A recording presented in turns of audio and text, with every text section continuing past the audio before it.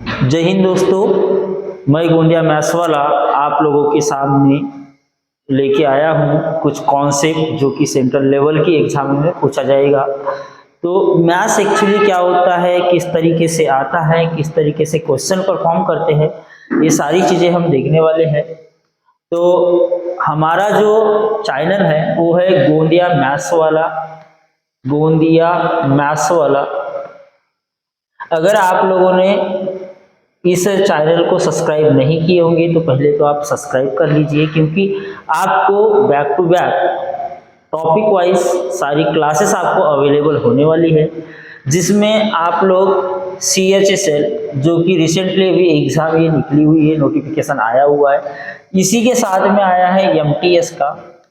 ये दोनों भी सिलेबस दोनों भी नोटिफिकेशन आया हुआ है सेंट्रल लेवल के एग्जाम में, क्योंकि SSC की एग्जाम है। इसमें मैथ्स रीजनिंग ये दोनों पोर्शन को हम अच्छे तरीके से फोकस करेंगे।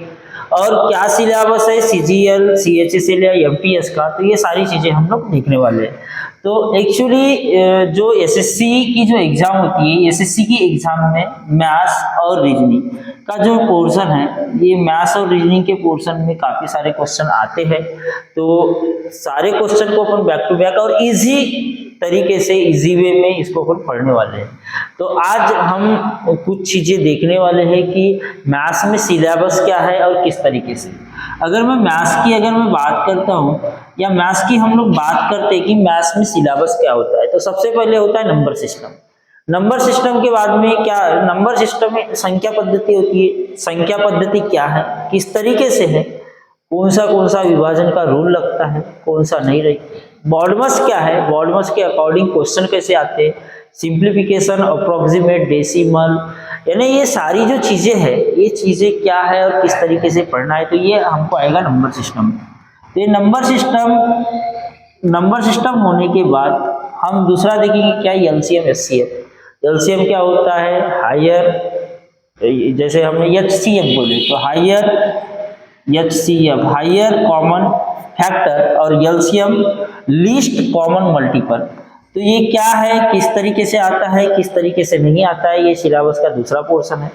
तीसरे की अगर अपन बात करें तो तीसरे में एवरेज आ जाता है, जिसको अपन औसत बोलते हैं। तो एवरेज में किस तरीके से क्वेश्चन आता है, लगभग इसके 3 से 4 टाइप जो है, जो थोड़े से अच्छे टाइप है, तो ये टाइप को भी हम लोग पढ़ेंगे एवरेज में। एवरेज के बाद जैसे इंडाइसेस का एक पोर्शन होता है। इंडाइसेस जो है ये संख्या पद्धति का ही एक पोर्शन है, सिंप्लीफिकेशन में ही आता है। तो ये भी चीजें अपन इंडाइसेस करने वाले हैं, जिसको अपन घातांक बोलते हैं। सर्ट्स होता है इसमें, जिसको अपन करनी बोलते हैं। तो ये भी चीजें हम लोग पढ़ने वाले हैं। सिलेबस का जो पांचवा जो भाग होता है, ये पांचवा क्या है, तो इसमें और चीजें इंक्लूड हो जाती है। जैसे इंडाइसेस के बाद में आ जाता है परसेंटेज मोस्ट इम्पोर्टेंट यहाँ पे एक टॉपिक है, जो कि रिलेटेड है प्रॉफिट एंड लॉस से, रिलेटेड है एवरेज से, रिलेटेड है LCM HCF से, रिलेटेड है, यानी हर चीज, मेंसुरेशन का एक पोर्शन अगर अपन देखते हैं तो उससे भी रिलेटेड है। यानी परसेंटेज एक हम बोलेंगे कि मैथ का एक मेन टर्निंग है, यहाँ पर से आपका सही मैथ चालू होता है ना। परसेंटेज के बाद में क्या आता है, तो प्रॉफिट एंड लॉस आता है। यानी आप अगर परसेंटेज को पढ़े हो तो यहाँ पर 50% आपका सिलेबस कवर हो जाता है प्रॉफिट एंड लॉस का। तो प्रॉफिट एंड लॉस के बाद में आता है डिस्काउंट आता है ना, जिसको अपन सूट, रिबेट, कमीशन, दलाली बोलते हैं। तो ये भी चीजें आती है यहाँ पर।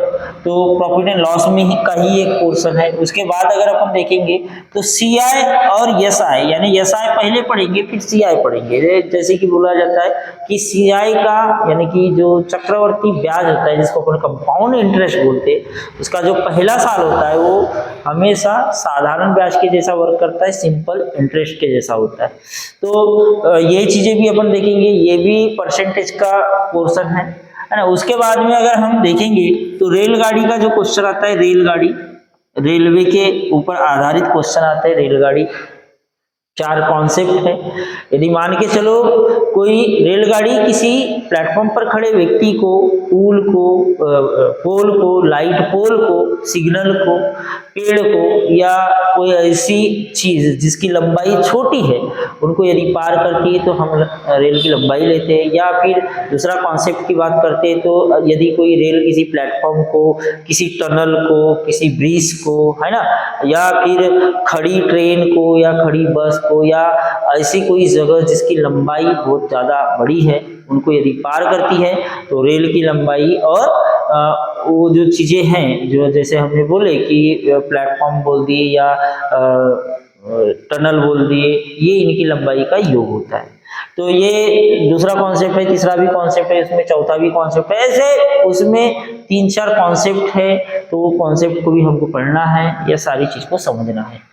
रेलगाड़ी में और टाइम एंड डिस्टेंस आता है। टाइम एंड डिस्टेंस की कोई व्यक्ति अपने घर से 10 किलोमीटर पर आवर की स्पीड से निकला तो 5 मिनट देरी से पहुंच जाता है।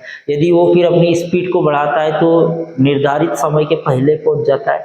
तो ऐसे क्वेश्चन में क्या करना चाहिए, तो ये टाइम एंड डिस्टेंस का, या फिर मान के चलो हमको मुंबई से दिल्ली जाना है तो पहले अपन 4 व्हीलर में गए, फिर बस में गए, फिर रेलगाड़ी में गए, तो हम कैसे टाइम को कैसे मैनेज करेंगे, तो ये टाइम एंड डिस्टेंस के अकॉर्डिंग क्वेश्चन आता है। तो ये टाइम एंड डिस्टेंस जो है ये रेलगाड़ी से रिलेटेड क्वेश्चन है, तो इसको भी अपन इजी तरीके से देख लेंगे। उसके बाद में क्वेश्चन आता है, यानी उसके बाद टॉपिक आता है बोट एंड स्ट्रीम का।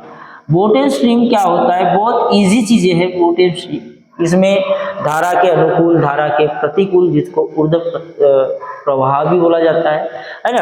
तो अपस्ट्रीम डाउनस्ट्रीम क्या होता है, एक इनिशियल स्पीड होती है, क्या होता है, या फिर अपन धारा की चाल बोलेंगे, नाव की चाल। एक्चुअली नाव की चाल नहीं होती, तो नाव में बैठे व्यक्ति उसको चलाता है इसलिए नाव की चाल आ जाती है, तो इनडायरेक्टली उस व्यक्ति की चाल होती है।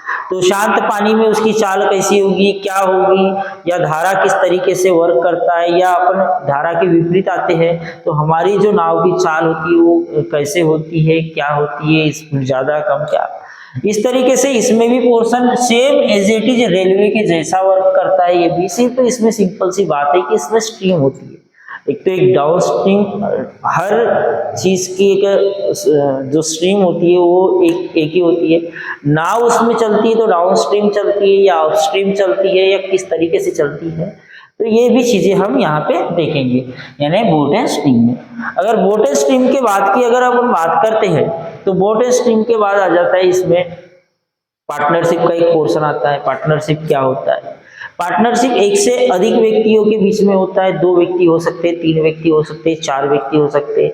वो किस तरीके से अपने पैसे को इन्वेस्ट करते हैं, कितने दिन के लिए करते हैं, तो इन्वेस्ट की हुई रकम और जो मंथ है यदि उनका मल्टीप्लाई होता है तो क्या मिलता है, प्रॉफिट होता है या लॉस होता है, किस तरीके से लॉस होता है, किस तरीके से प्रॉफिट होता है, ये भी अपन देखेंगे किसमें, तो ये देखेंगे अपन पार्टनरशिप में। ये पार्टनरशिप बहुत इजी टॉपिक है, ज्यादा हार्ड टॉपिक नहीं है, सिस्टम बाय सिस्टम चलेंगे हम लोग। अगर पार्टनरशिप के अलावा अगर अपन बात करते हैं तो रेशियो एंड प्रोपोर्शन आ जाता है। रेशियो एंड प्रोपोर्शन अनुपात और समानुपात को कहलाते हैं रेशियो एंड प्रोपोर्शन।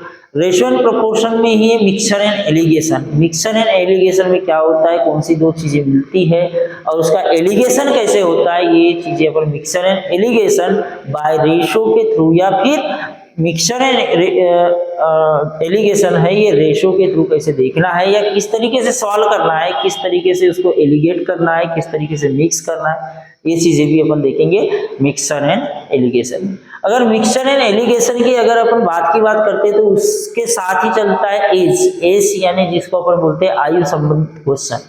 अब आयु संबंधित क्वेश्चन क्या होता है, किस तरीके से होता है, सिंपल सा लॉजिक है। यदि मैं आज 4 साल का हूं और मेरी बहन मेरे से 2 साल छोटी है तो सिंपल सी बात है 50 साल के बाद उसकी एज क्या होगी, तो काफी सारे लोग बोलेंगे कि 25 साल होगी, लेकिन जो कि गलत है। ये हमारे माइंड के कॉन्सेप्ट अगर क्लियर हो तो आप लोगों को पता है कि यदि भाई और बहन के बीच में यदि 2 साल के बीच का गैप है तो मरते दम तक उनके बीच में 2 ही साल का गैप रहेगा। सिंपल लॉजिक है कि मैं जब 4 साल का था तो मेरी बहन 2 साल की थी, इसका मतलब हम दोनों में एज का फर्क कितना आ गया, डिफरेंस कितने, तो 2 साल का।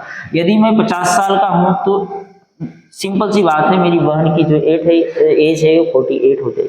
तो इस तरीके से एज में कॉमन एक डिफरेंस होता है, वो हमेशा के लिए कॉमन होता है, तो ये भी ज्यादा हार्ड क्वेश्चन नहीं होगा।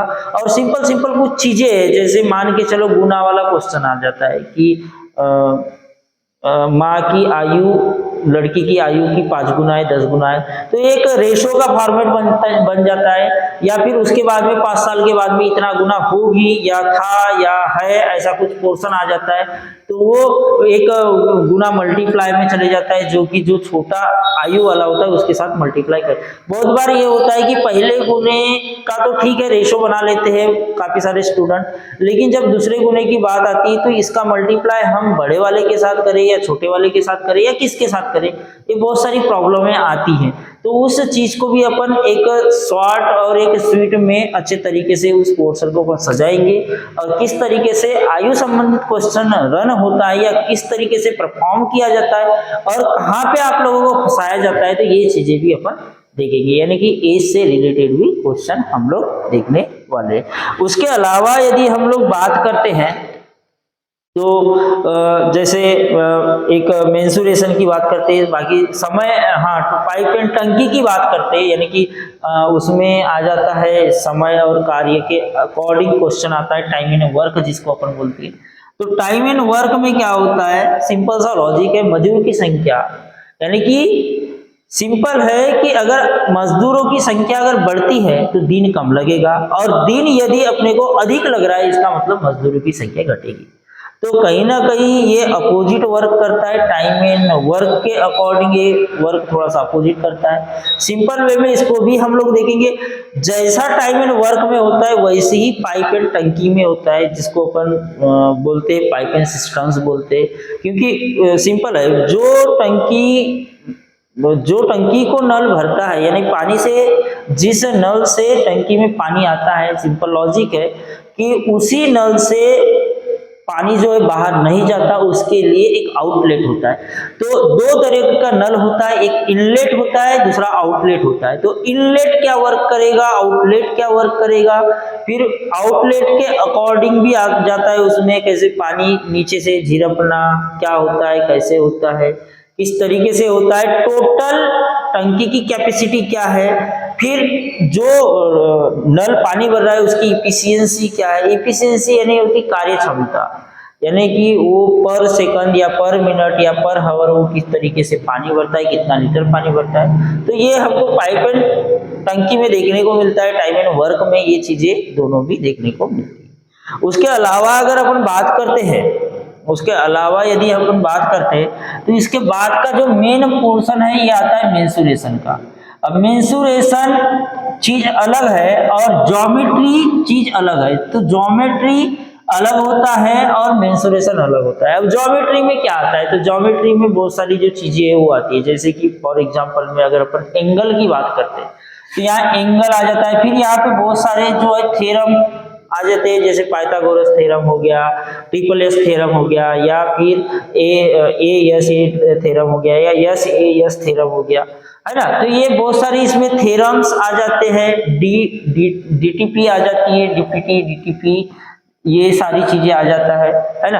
तो ये ज्योमेट्री का एक पोर्शन हो जाता है। और ज्योमेट्री पोर्शन में भी जैसे मान के चलो यहाँ पे कोटि कोण एक आता है, पूरक कोण, विरुद्ध कोण, समांतर कोण, है ना, संलग्न कोण जिसको अपन लोग बोलते हैं। तो ये ज्योमेट्री का एक पोर्शन आ जाता है। और ज्योमेट्री के पोर्शन में हाइट एंड डिस्टेंस का एक पोर्शन है, और height and distance related to है ट्रिग्नोमेट्री, साइन कॉस टैन क्या होता है, कॉट क्या होता है, कोसेक क्या होता है, सेक क्या होता है ना, कॉट क्या होता है। तो ये सारी चीजें अपन पढ़ेंगे। उसमें 30 डिग्री क्या होता है, 0 डिग्री क्या, 60, उसके बाद में 45 डिग्री आ जाता है, उसमें 90 डिग्री है, 180 डिग्री है, 270 डिग्री है, 360 डिग्री है, उनकी वैल्यू क्या है, ये एक ज्योमेट्री का पोर्शन है, ट्रिग्नोमेट्री करके है, उसमें हम लोग देखने वाले।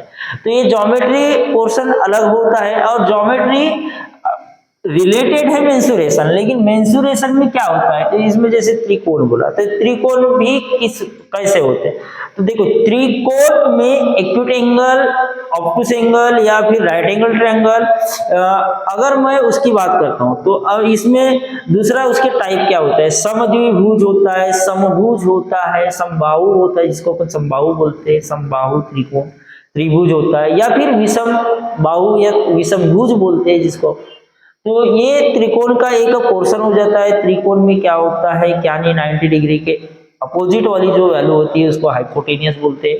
वहाँ एडजेसेंट साइड और अपोजिट साइड भी होती है, उनका मान क्या होगा, या थ्योरम अपन देखेंगे कि 30 डिग्री, 60 डिग्री, 90 डिग्री थ्योरम क्या होता है, या 45 और 90 डिग्री थ्योरम क्या होता है। ये सारा चीजें जो है ये हम देखने वाले, ये ज्योमेट्री का एक पोर्शन है और वही चीजें यहाँ पे आ जाती है। उसके अलावा ये त्रिकोण के अलावा अगर अपन बात करते हैं तो चौकोन आ जाता है इसमें, जिसको चौकोन दो होता है, एक आयत भी चौकोन में आता है, वर्ग भी चौकोन में आता है।